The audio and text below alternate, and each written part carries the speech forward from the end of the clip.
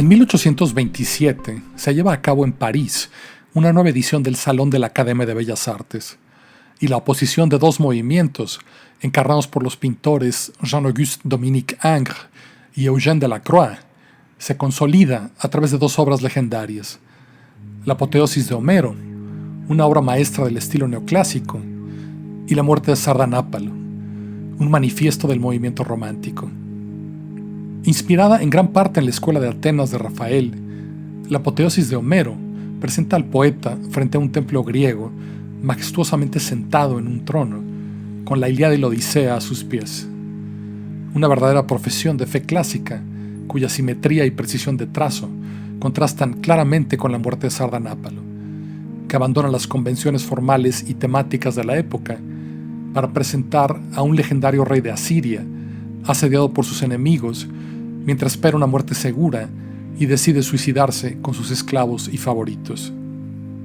Sardanápalo impactó a sus contemporáneos no solo por su tema morboso y decadente, sino también por el carácter caótico de su composición y por la profusión del color que ahogaba por completo al dibujo. Pero esa disputa entre dibujo y color no era una polémica nueva entre pintores.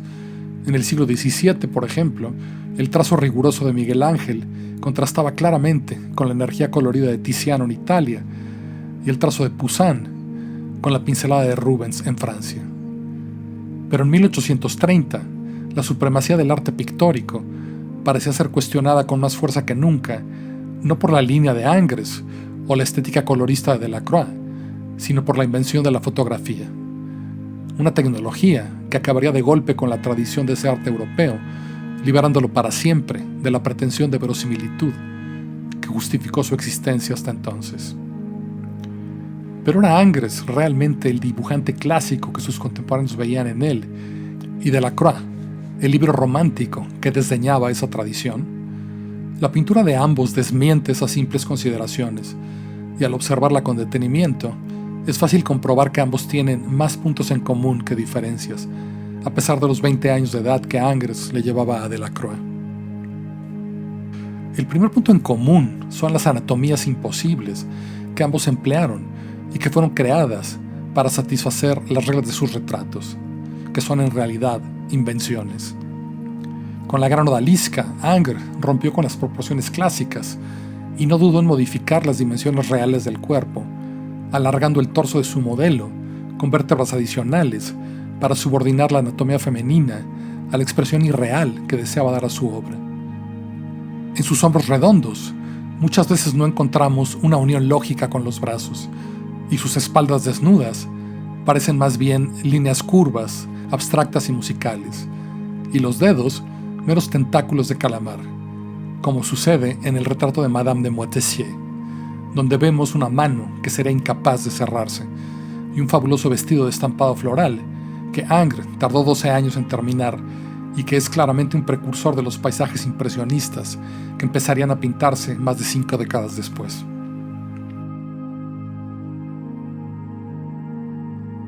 Y de igual manera, la anatomía de los modelos de Delacroix se inspiró en los frescos de Miguel Ángel de la Capilla Sixtina,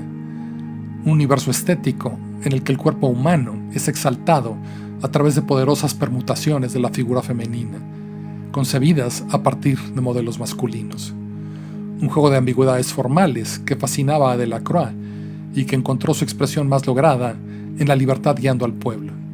una pintura de gran formato que muestra una escena en la que el pueblo de París se levanta en armas contra el rey Carlos X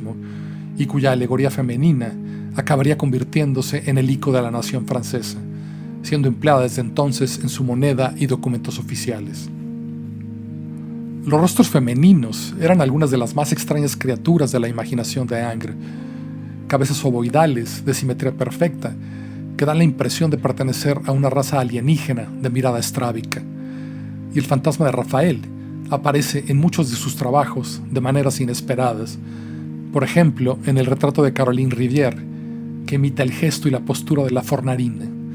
la misteriosa amante de Rafael que informa mucho de los desnudos de Ingres. Pero también hay contradicciones evidentes, como sucede con el retrato de la condesa de Aussonville,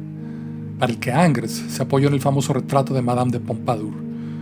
una joya de estilo rococó detestada por su maestro David y por la Academia Francesa, y de la que copió el uso del espejo como telón de fondo para la pose meditativa de su modelo.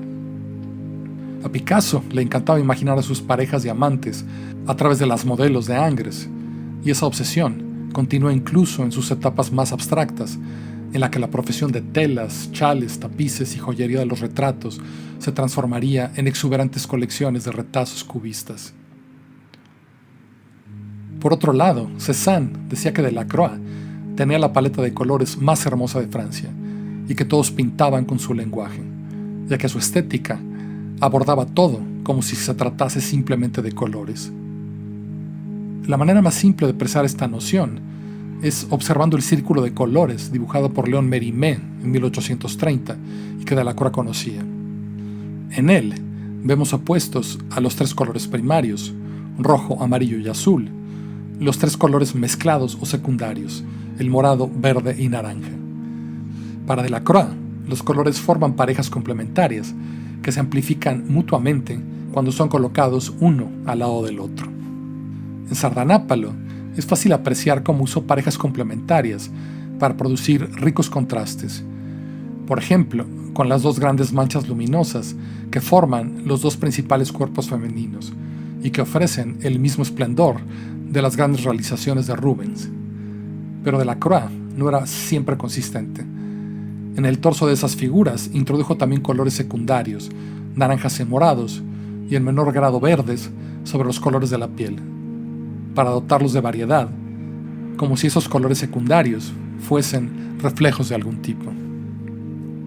Así pues, Delacroix usaba el color de manera idiosincrática,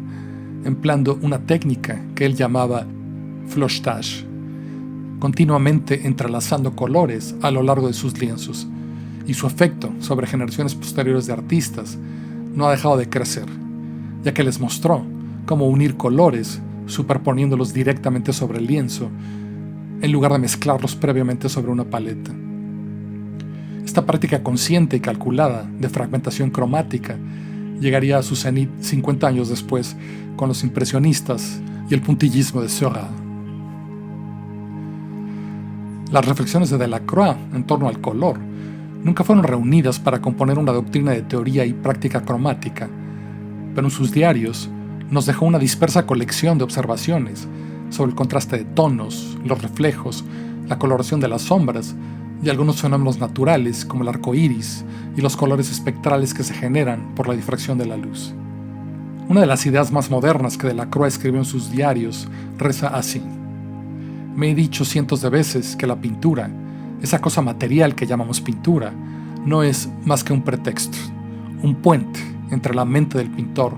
y la mente del espectador.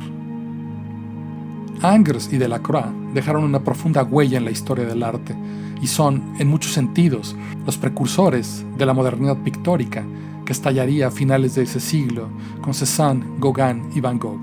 los padres del arte moderno, a pesar de las falsas polémicas que buscaron enfrentarlos en su época.